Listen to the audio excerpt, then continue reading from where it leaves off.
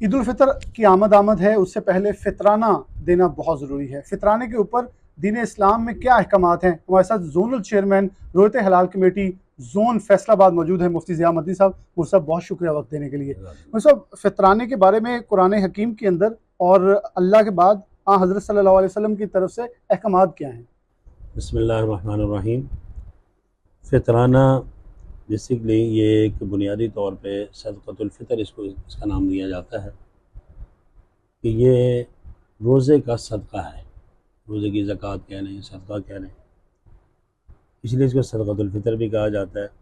मकसद इसका ये है कि जो रमज़ान के अंदर रोज़े रखे जाते हैं उनके अंदर जो कमी कोताही हो जाती है, उस कमी कोताही को पूरा करने के लिए ये ज़कात दी जाती है। जैसे माल को पाक करने के लिए ज़कात दी जाती है, तो रोज़े को पाक करने के लिए, उसको मुकम्मल करने के लिए उसको ये ज़कात दी जाती है। और इस ये ज़रूरी इतना है कि इसके मुतालिक रसूल करीम सल्लल्लाहु अलैहि वसल्लम की हदीस मुबारका है कि सयाम रमज़ान मुअल्लिकुम बैन अस्समाइ वल अर्ज़ इल्ला बिज़कातिल फ़ितर, कि रमज़ानुल मुबारक के जो रोज़े हैं ये आसमान और ज़मीन के दरमियान मुअल्लक़ रहते हैं जब तक कि सदक़तुल फ़ितर अदा न किया जाए। ये इतना ज़रूरी है।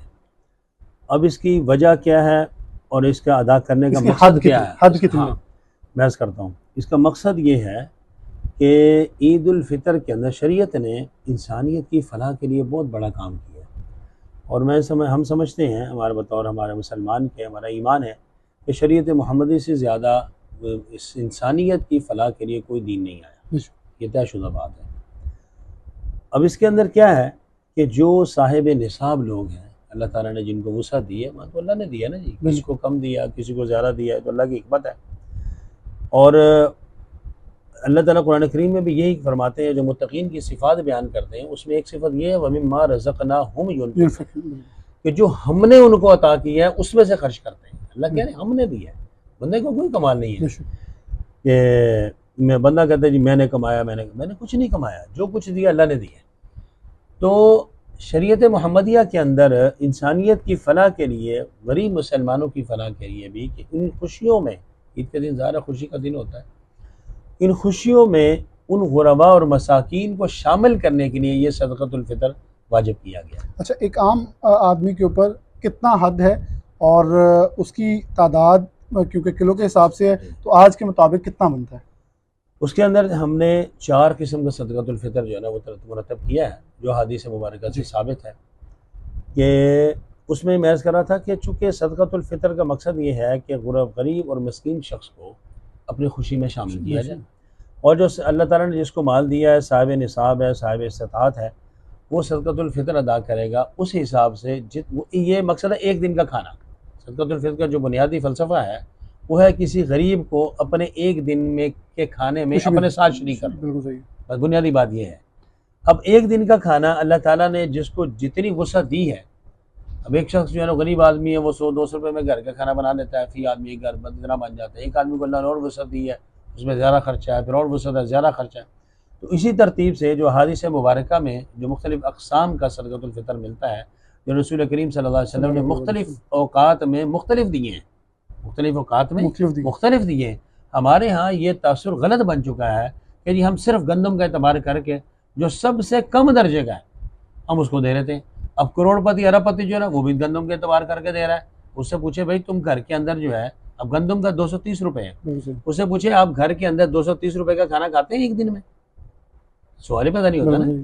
तो ये तो गरीब आदमी के लिए है कि सबसे कम दर्जे का जो सदक़तुल फ़ितर है वो 230 रुपये।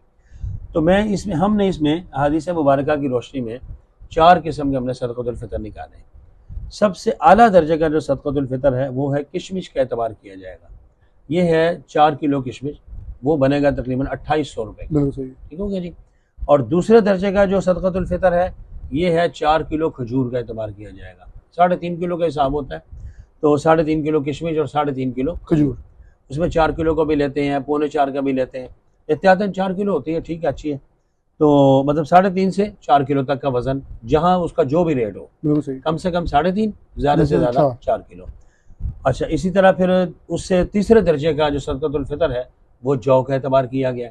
उसमें 3.5 से 4 किलो जौ जो है वो तकरीबन 400 रुपये उसकी मतलब कीमत बनती है। اور گندم کا جو باقی ساری چیزیں جو ہیں وہ 3.5 سے 4 کلو تک کا اس کی مقدار کے مطابق قیمت کی تعین کیا جائے گا. اور گندم جو چونکہ اس زمانے میں بہت ناپید چیز تھی نا، بہت کم تھی، بالکل اس لیے اب شریعت نے تو آسانی دی ہے نا، تو اس سے گندم کا جو اعتبار ہے وہ 1.25 سے 2 کلو تک ہے، وہ اس سے آدھا ہے. کیونکہ یہ کشمش اور کھجور اور جو یہ پورا ایک سا ہوتا تھا، بالکل صحیح. ایک سا جو ہے وہ 3.5 سے 4 کلو تک کا ہوتا ہے. اور گندم جو ہے یہ نصف سا ہے، نصف سا جو ہے یہ 1.25 کلو سے 2 کلو کا ہوتا ہے. تو گندم کے اعتبار سے سب سے کم درجے کا جو ہے نا وہ ہم نے رکھا ہے 230 روپے کے اعتبار سے. اب اللہ تعالیٰ نے جس کو جتنی مالی وسعت دی ہے، یہ دیانتداری کی بات ہے کہ ہر آدمی کو یہ سوچنا چاہیے کہ میں اپنے گھر میں اپنے بچوں پر، اپنے بہن بھائیوں پر جتنا خرچ کرتا ہوں کسی غریب کو جب دینا ہے اور اللہ کی رضا کے لیے دینا ہے اور اللہ کے لیے دینا ہے، جس کا وعدہ یہ ہے من جاء بالحسنۃ فلہ عشر امثالها کہ کم سے کم 10 گنا بڑھا کے دے گا، بے شک 10 گنا. اور ہم پنجابی میں بھی اردو میں بھی عام اصطلاح ہے دیا دنیا 70 آخر. تو اللہ تعالیٰ تو کم سے کم 10 گنا دیتا ہے. تو پھر جب اللہ کی رضا کے لیے اور اللہ کے راستے میں دینا ہے تو پھر جتنا جو ہے نا وہ زیادہ سے زیادہ بڑھا کے دیا جائے اتنا ہی بہتر ہے. مطلب ایک بڑا اہم سوال ہے کہ جو لوگ قرض کے بوجھ میں دبے ہوئے ہیں، جن کے اندر اتنی وسعت نہیں ہے، بلا شبہ ان کے پاس قرض کی مد کے اندر بہت کچھ ہوگا لیکن وہ مقروض ہیں، تو ان کے اوپر زکوٰۃ اور فطرانہ دینا واجب ہے، فرض ہے؟ اس میں یہ ہے کہ اگر قرض کی رقم نکال کر اگر وہ صاحب نصاب بنتے ہیں، ان کے پاس 7 تولے سونا بچتا ہے یا سونا اور چاندی کا نصاب مکس کر کے وہ تقریباً 52.5 تولے جو ہے نا وہ چاندی کا نصاب جو بنتا ہے، اگر یہ دونوں چیزیں سارا قرض نکال کے پھر اس کے مطابق قیمت اور نقد پیسے موجود ہیں تو تب اس پر بھی زکوٰۃ لازم ہوگی.